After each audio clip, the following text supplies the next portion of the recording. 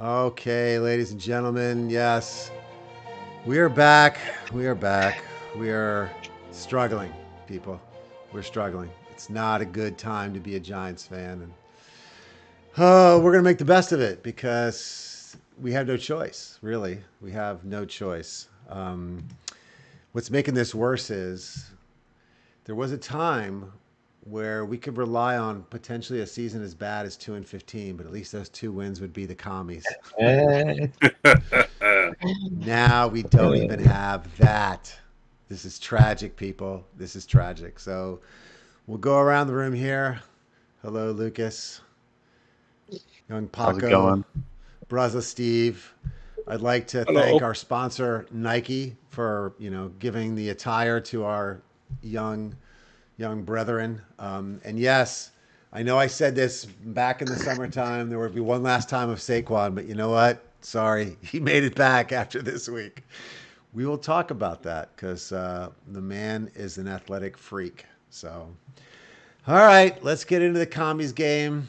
I'll just start with a couple of early comments. I mean, right off the bat, first series, third down, 3 yards. Jones throws a 1 yard pass to a man who's covered. I'm so tired of this. I am so tired of this. Well, let's just review his. Let's go straight to the halftime stat line and I was work going to get backwards. there, but if you Yeah. want to cut to the chase, go for it. Go for it. Let's hear Yeah. it. What was he? I believe he had 5 completions. No, he had Four or Uh, five. It was four or no, five. he had negative yards. mhm. He had negative 1 yard because he had an 8 yard sack, and his completions totaled 7 yards, That's right. and he had a touchdown. So he had a And a passer 118 rating. rating. Yep. But he had an over 100 quarterback rating. He had a 118 rating for no yards and a touchdown.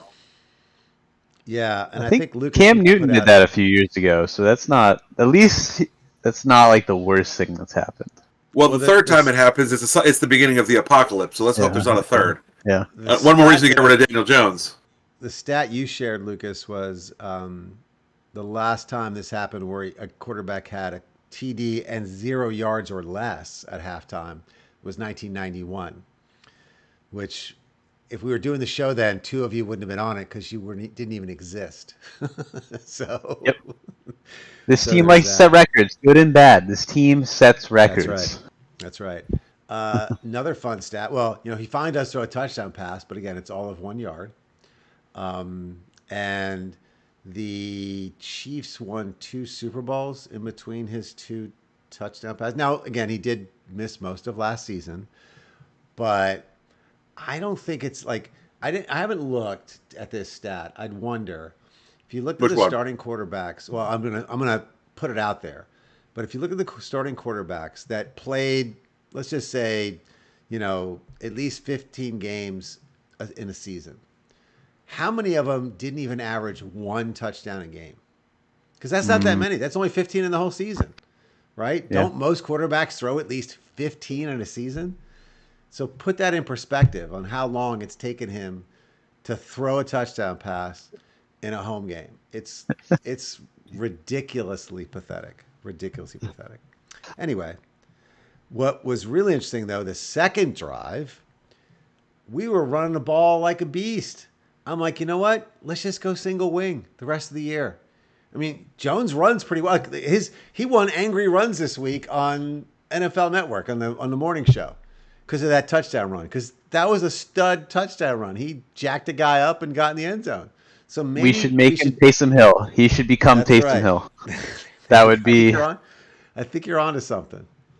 Pac, you're very quiet. Are you this sad? Are you just in the it- crapper on this whole thing? This was the first game that I didn't watch the whole ordeal. I was in the car traveling and then ended up listening to the second half. But Well, how excited were Banks and Papa then? Tell us. it was brutal. It's at the point now where Carl Banks just despises anything we do anymore, and I don't blame him because Me neither. it's one of those things where why would you even hype up anything we're doing? But another game where there's egregious ref call that alters the game. I mean, Multiple. I used to live by you can't leave. You control what you can control. Refs are going to call what they're going to call. But I think it's gotten to the point now where we lost multiple games this season because of bad penalties. So on top of that, I think my other big disappointment was this was Dex's probably his quietest game in a really long time. And you rarely ever see that. His name is at least popping up left and right, regardless of the game and the situation. So, I feel that's kind of been like one of the only things I've been watching, and there wasn't really there to watch. So, Yeah. I mean, outside of that, I mean, we can all agree. I think the whole, I think I speak for the whole group here. Deontay Banks is Shoot him bottom in the sun. Shoot him in the sun.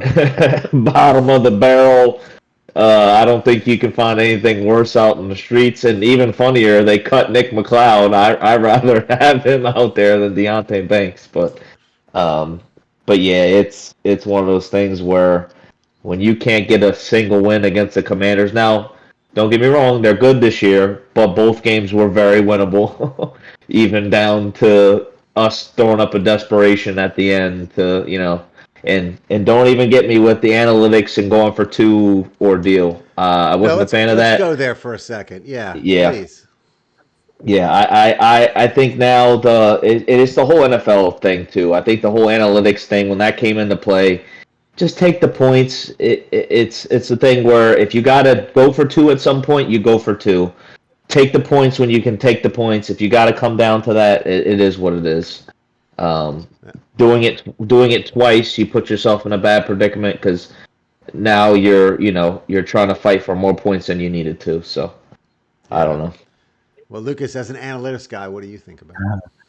I mean, I understand it. I would do that more on the road when it's like, hey, we're trying to steal the game here, like we're already down a lot, like let's just go for it. I can argue more for that, but when you're at home, I think you just kick the extra point here. Let's just make it a one-score game, and then trust in the defense to get the ball back. Even though this was the defense's worst game, even though they weren't helped all by some of the penalties, but this is definitely their worst game.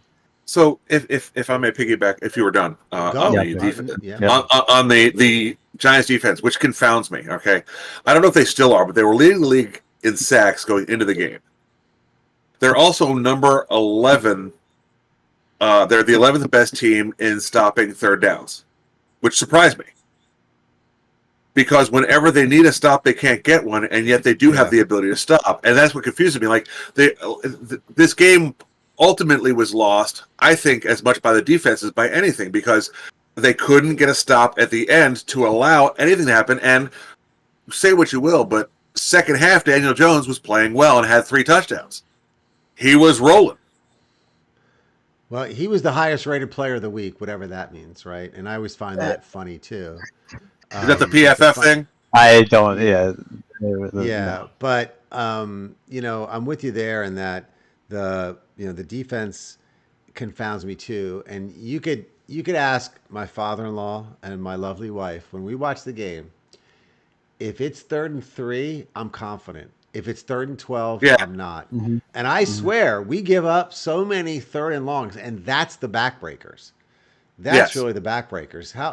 There was a time. That counters your sacks. I swear, Steve. I mean, and I'm sure I'm being an old guy here, and this is where I have my old guy brother on to back me up on this crap. But I swear, like in the 80s, you felt like if it was over 3rd and 10, it was like 90% of the time, 95% of the time, they were not getting a first down. No, the guys who were calling the game would always be like, "Well, there's no real play in your playbook for a 3rd and 12. I mean, it's just they're going to do a screen and punt, just to work on field position, draw play, run a draw play or something." And this isn't necessarily about this game, but it's something I've noticed. Has anybody else noticed that on 3rd and like 3s lately, it's like, "Oh, let's throw a bomb." Like it's almost every game I'm seeing, and I'm like going, "Why?" I don't understand. I mean, the coach already told them they're going to go for it on 4th down, so it's just like we have 2 plays now. Let's shock them and go for it. Or like you see a lot more of runs on like a 3rd and 5 or like a 3rd and 3, because then it's like, well, if we don't pick it up, we're going to go for it again. Yeah. You play with 2 downs, 1. But on like the 3rd and 12s, though, it's like they go into prevent defense. Like they give like 15-yard cushion on a 12-yard route. Like keep pressure on. Like let's get after the quarterback and force something to happen. Right? It's fascinating and depressing. And again, my take, I'll say the same thing I said last week with the 2-point thing, is when you're behind, and I'll say this even at home to echo Lucas's thing, you get your crowd back into it, and you rip their hearts out when you do a stupid 2-point conversion and you don't convert. Like keep the momentum, keep the crowd in it. You need that. And we also have the worst red zone offense, so then we're going to run more plays out of the worst offense. And like we're what now 0-4 or 5 on 2 points, right? A lot. And the Commies, and I didn't watch the whole game either because at a certain point I'm going to the golf course. Like I had it on my phone and was watching bits of it, but I'm like, I'm not going to blow my whole day on this. But I thought the Commies are like, what, 10 for 10 on 4th? Yeah, there's something ridiculous. I think they have not, unless one happened late in the game, they have not missed a 4th down. So, which is fascinating as well. Yeah, you looking it up, Steve? Do me a favor. If you're checking, look. So yeah. Because that one fascinated me. But, let's go back, because you mentioned the Zebras. You talked about penalties, but that fumble call in the second drive was ridiculous. They're 11 for 11. That ball? Yeah, okay, I was right. Yeah. How did they get that ball? I mean, the whistle was blown. Didn't 3 seconds before, Everyone stopped because the ref was signaling incomplete and the whistle blew. You can't pick up the ball. We've lost games in the past because you can't challenge that either. So we get cheated every week. So and then the pick play at the end that took away that we would have won the game. If that pick play, which later in the day, a way more egregious one, the Falcons basically run over 3 DBs and let Darnell Mooney just run free for 40 yards. Yep. But Slayton, who didn't touch anybody, he just didn't get out of the way. The corner touch grabs him, and he's wide open. That's 4 points. I'm starting with about Slayton, because isn't Slayton the one that got the penalty for this too? Like I'm starting Slayton to wonder is he a marked man? Like does he X on his back? Does he talk to the refs or something that we don't know about? Like what's going on that D Slayton's getting these things going on? I don't know. It's really frustrating. And then, icing on the cake, and I think, Steve, you shared this one in our text. First rookie quarterback for the Skins to win 2 against the Giants in 50 years. Yep. So what that made me think about was a parallel between that universe and this one, where in the 70s, the Giants were a doormat. And 50 years later, like that's it. There's your harbinger. If the Giants play a quarterback from the Commies that's a rookie and he beats him twice in a year, you're in dark times. Because, in fact, I'm going to have to just turn off Paco's camera because he's depressing me just looking at him. Like, he looks so I want to see that smile. I got to see those pearlies, man. You look so down. Come on, give us a smile. It's uppercut after uppercut. It's just, and you talk about Slayton. He's going to be out Sunday. There goes one of your safety blankets. Yeah. So he's going to be out. I mean, I looked at the injury report today. I don't know who's going to be playing. It's one of those things. It's just every week you don't know what you're going to get. It's a tough one. And now it's like, what do you do from here, though? Do you try to win games, mess up your draft position, or do you pull the whole, let's tank? You know exactly that's what we're going to do. Yeah, now, we're going to win. We're going to win on Sunday. We'll win 4 of our next 7. Yeah. And then we'll lose the end. That's what we'll do. And we'll be 6-11. We'll end up in that 7th or 8th spot again. And that's where we live. And what sucks now, too, is now there's negative chatter about Neighbors, right? Him chatting up Daniels, him, just not being a good teammate. Like, this crap's starting now, too. I was reading some of this. I mean, if you had a coworker that, I can't blame the guy. I'd be pissed too. I'm not saying I blame him. It's just we don't need it, right? We don't need this shit. It's like you said. It's just adding fuel to the fire. And then we're getting random shots from Wink Martindale who not even like he's in the college game right now. And people are asking him like, "Hey, would you ever transition back to the NFL?" He's like, "No, I'm good where I'm at. I could be on a team that's 2-7, but you know what I mean. That's like he's just throwing shade." That's the same guy that left Nick McLeod 1-on-1 with Tyreek Hill. So I don't think I miss him that very much. No offense to Nick McLeod, but well played. I think he was salty too because my Ducks put 40 on him. But exactly. Yeah, he's getting beat up in college too. So I think Mr. Wink needs to calm down there.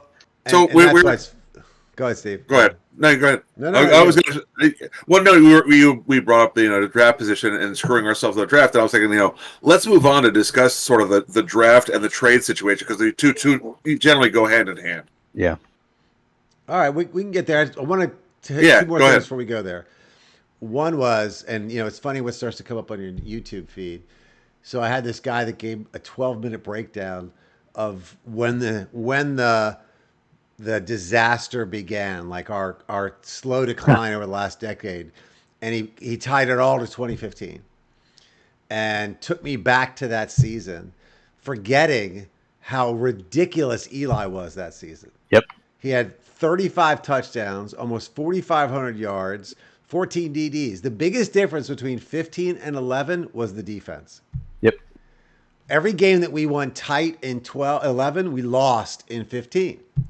And it led to Coughlin's firing, and it's just gone downhill. That was the year, we lost the Saints, like 52 it was a breeze game. The Saints kicker kicked like a 63-yarder. We lost it was another one of those way possible. Yep.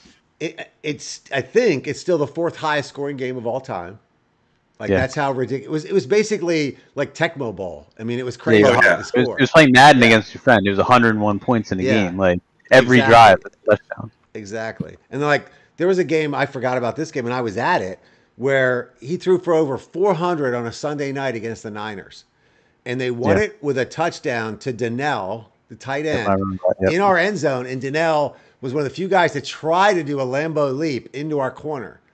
And I have video because Uncle Tom was with me, my cousin Tom. He's wearing this white winter jacket. You see him run down and he's slapping on Donnell's back. It was on Sunday Night Football. It's a beautiful thing. That's awesome. It's a beautiful thing. And, it's been this downward slide. The guy even showed the cold Coughlin, stepping down where he walks right past Mara. Doesn't look at him, doesn't shake his hand, and it's just been this ever since. So let's continue on the downward slide, and we'll get to the trade stuff. So now, let's go here to this guy. Anybody regretting that we got rid of him? No. Okay. I knew he'd be awesome on the Eagles. It's not regret. I just would have rather seen it on another team besides the Eagles. If he was on the Texans and doing that, this guy, I had his jersey, whoever it was, big fan still. It's just the fact that he went and he's doing it for the Eagles is just the biggest kick in the dick. Allow me to counter proposal this. Okay. So we improved our line, and early in the year, it looked like our line was significantly improved. Would we agree on that? Yeah. So before Thomas wasn't hurt, they'd still be before Thomas went down, the line was better. So last year, Hurts' line was going down, and Hayes became a turnover machine. And through the early part of this season, he became a turnover machine until they realized how to use Saquon more effectively. So, put Saquon back on the Giants with our improved line. Does that change how Daniel Jones would play? Because we finally have a better line and Saquon at the same time, both healthy. Just put it out there as an idea. I'll throw the caveat. Tracy is leading all rookies in rushing. Yeah, I'll just throw that out there. So I think the Tracy running ability is good, but to your point, I think just that any touch that Saquon had could have been a touchdown thing. We don't have that anymore. That's gone. The effectiveness in the passing game because Saquon has been doing it because he gets a lot of man coverage on wheel routes and he's burning them in the corners. But we for never 10, 12 yards. Because we didn't do that. That's what I'm saying. So there are ways that he could have used that I think would have been better I'm not saying it would have changed everything, but I don't know. Well, put it this way. I think, I can't say whether we'd be better or worse. It's hard to say you'd be worse with Saquon, obviously, right? But the question is, would we be better? It's hard to know, but he certainly seemed to be a very positive locker room guy. Yes. And a great ambassador for this team. Mm-hmm. And when you give that up to one of your rivals and he's doing things that are making people's heads spin, it just makes Shane look like a douchebag. I mean, yes, it just does. Whether you like it or not, it does. And Mara's got to be losing his mind. I mean, he's going to see that leaping backwards Saquon, like in his. I thought the coolest video I saw was that one, the point of view. Have you seen it? Of the players? From the Eagles side, from the Eagles sidelines, where you just see his head pop up. Like it's so wild. You know what it made me think of? It made me think of the Larry Bird game where he's drilling trays and the Atlanta Hawks just losing their minds. They're like, oh my god! In their laps and, yeah. But what's funny is it led to another person throwing shade at us that shouldn't be talking at all, and Micah Parsons. Like I know Saquon's his Penn State boy, but why don't you worry about your own house there, Micah? You guys are crap. They're in a worse spot than we are. They're going to be worse than we are. They are. They are going down. They were Super Bowl contenders. So I'm just saying. Thanksgiving win is possible. No Dak. Yeah. All right, I'll take it. Put in who they got. Who was it? Cooper Rush or Trey Lance. One of the two. 5 picks in a preseason game. Please. Next year, Stevie and Dak combined for 45% of the Dallas Cowboys cap space between two players. Wow. Well, they might have to cut Zach Martin, and I'm just saying, Zach Martin, Hall of Fame right guard, would look great in Giants blue. Let's do what the Eagles did to us and take a Hall of Fame player from our rival. I like it. Well, just keep this in mind, though. We have a history of having some bizarre, obscure backup quarterback on a national game make us look stupid too. Yeah, we have the bizarro Midas touch. Everything we touch turns to shit. Yeah. So the good news is, and I'll start here. Gano's almost back. So Graham top 100 back. Top 100 coming his way. He's climbing the list, man. He's probably at 103 by now. He's climbing the list. So we could. I don't even know what was in this Commanders game. They were like Rodrigo from off the street just got done pushing in carts at Giant earlier today. It was another Scottish guy. Our obsession with Scottish kickers is hilarious. We had Tynes, Gano, we have Jamie Gillen, we had McNamee or whatever his name was. I don't understand. Scotsman. They're great. The Scotsman. All right, now, Stephen, go to your topic, the player movement, or lack thereof, or the bowel movement, whatever you want to call it. So the only person I feel like the Giants should have even attempted to trade, and this is not going to be received well, but I'll say it, is Tibbs. Yeah. He's inconsistent, and he has 2 years left on his contract to seduce somebody to a higher level draft pick than just getting a 4 or 5. A 4 or 5 wouldn't do it, but a 2 or 3, I would consider it. He just came off a 10-sack season. I know. That's why he's got value. Exactly, but if you're rebuilding and you can get 2 draft picks for him, maybe a 2 and a 5 or something like that, is that worth it? I'm not saying it is. It's just popped into my head as you've got to give up something worthwhile, and that's all I can think of is he's inconsistent enough to be like, is it worth investing more money in him or losing him after next year anyway, or after 2 years? Hardest part of the modern NFL is the true time to build chemistry of a unit, because there's too many cap issues that make you make these kind of decisions too early. I liked, as we got into like the 3rd and 4th game before he got hurt, the way he and Burns and Dex were starting to make things happen. And I would love, because to me, if we can get back to that pass rush days of, OC, Tuck, and Strahan or JPP, if you can do that, then you can be in games. See, I was looking at what Aziz has done in Tibbs' absence. He's been tearing it up. Yeah. So are you losing much? It tells me run like that, me that the Giants are still trying to make a run at winning games, because if they didn't care, they would have traded Aziz because of the value he's brought to himself recently. Yeah. So that only tells me we're still in it to, all right, Aziz, keep playing. We're going to try to win games. We're not tanking here. Because if they would have said, all right, we're throwing this season in the crapshoot, he would have been gone and Slayton would have been gone. Both those guys, they would have tried to get draft pick value, whatever.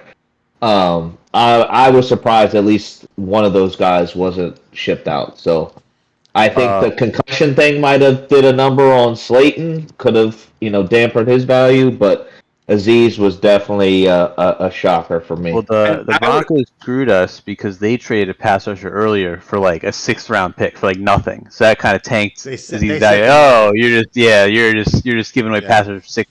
When you might have been able to sneak out a late 4th for him. Yeah. Maybe. I was gonna say, not a whole lot of pass rushers were part of the trading thing. Everybody went offense. Like, I was even shocked that the Ravens, who have given up 8 leads in the last 2 minutes in the last 2 years, didn't go defense, but they went with more offense. I thought that was an odd choice. They got a great receiver out of it, and they got him cheap. I admit that, but to me, their offense isn't the freaking problem. Not that we're talking about them too much, but still. It was a weird trade. That's where I'm going. It could have been that I guess that they just thought the price was too high, and what's funny is when you look at the success the Ravens have had for 2 decades, you go, I guess they might know what they're doing. Yeah, like, they're always in it. They figure it out.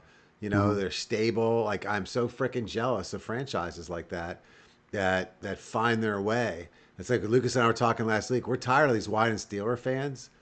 It's like, at least you guys win enough games, you get in the playoffs. Okay, you don't win the Super Bowl every year, but you got stuff to root for. 9 of you still have relevant games in November. Okay, you might want to. You haven't had a losing season in what, 20 years? 17. Yeah. 17. Yeah.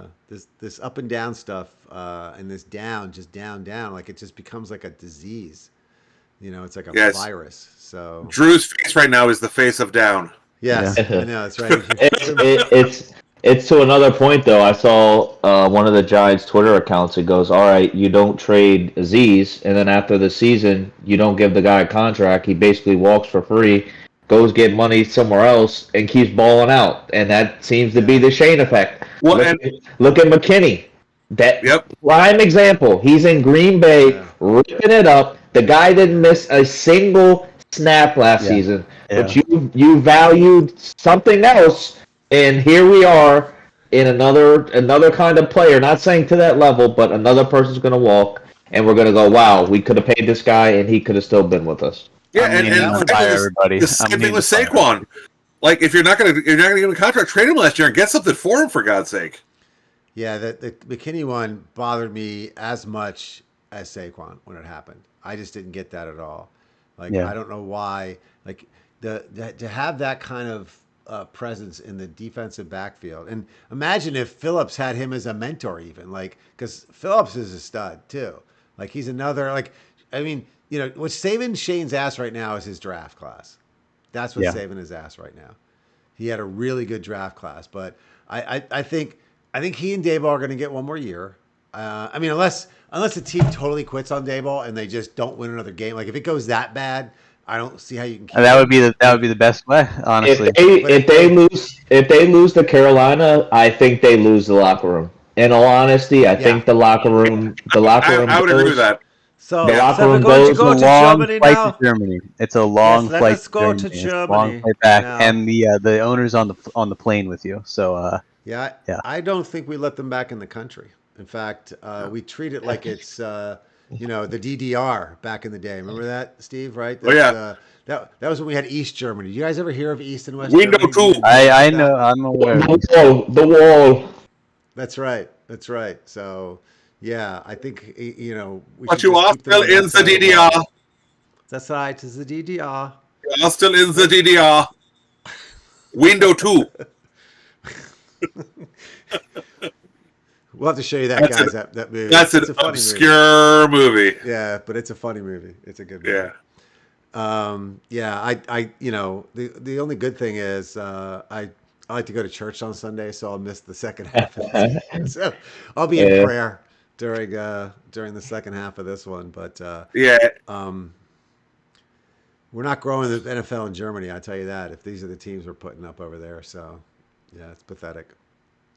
It's tough. It's tough because you've done this. How many seasons has it been where we've been 2-7? It's like, where do you go from this? And you're right back. Yeah. I feel like we have this conversation every year. It's freaking Did I attend the Steelers thing where it was the Steelers game that we went to in 2012 with Nick and Ridge, and ever since then, I think they are, what was it, like 40 and 100 and something, and it's like that was the actual turning point of we were winning that game by 2 touchdowns, lost in the second half, and then like a plane crash. Like that was it. That was the game that ruined. And what's interesting from our perspective to you younger guys is when I try to step back from this. I mean, that's 12 years ago. So at that time, you guys are 16 and 17 or 17 years old, right? So most of your life, you had good Giant stuff, but now the second half of your life, right? They have been shit. It's terrible. See, we had a shit sandwich where the shit was the bread on both sides of good. Yeah. You guys have a shit sandwich where you guys have a bun with shit in the middle. It will circle back around. I hope so, because I don't know how many seasons I can take. Well, I tell you though, it's making it.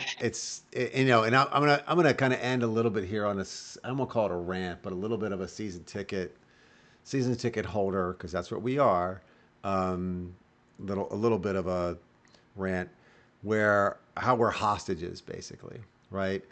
I mean, they basically robbed their fans to build a stadium, and in doing so, kicked out from that lower bowl the blue collar raucous people that made Giant Stadium great. And so now they lost atmosphere, but at the same time now they put this product on the field where if I wanted to sell my PSL, there's no market for it.